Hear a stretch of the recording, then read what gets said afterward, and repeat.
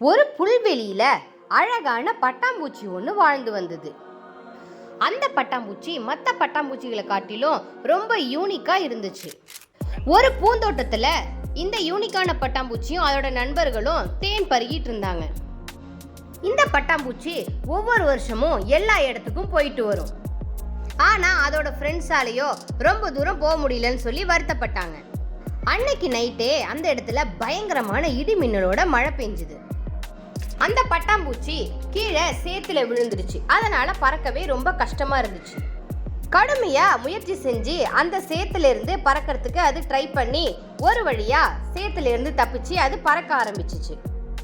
அது மனசுல நிறைய தன்னம்பிக்கை இருந்ததால பெரிய பெரிய மலைகள், பாலைவனங்கள் அப்படின்னு எல்லா இடத்தையுமே அந்த பட்டாம்பூச்சி கடந்து வந்துச்சு. மறுபடியும் அதோட நண்பர்களை பார்க்கறதுக்காக அந்த பட்டாம்பூச்சி தோட்டத்துக்கு வந்துச்சு. இந்த பட்டாம்பூச்சியை பார்த்த அதோட நண்பர்களுக்கு ரொம்பவே சந்தோஷமா இருந்துச்சு. எப்படி இந்த பட்டாம்பூச்சியால மட்டும் அவ்வளவு தூரம் பயணம் பண்ணி மறுபடியும் இங்க வர முடியும் அப்படின்னு. உன்னையே நீ நம்பினா மட்டும்தான் வாழ்க்கையில முன்னேற முடியும்.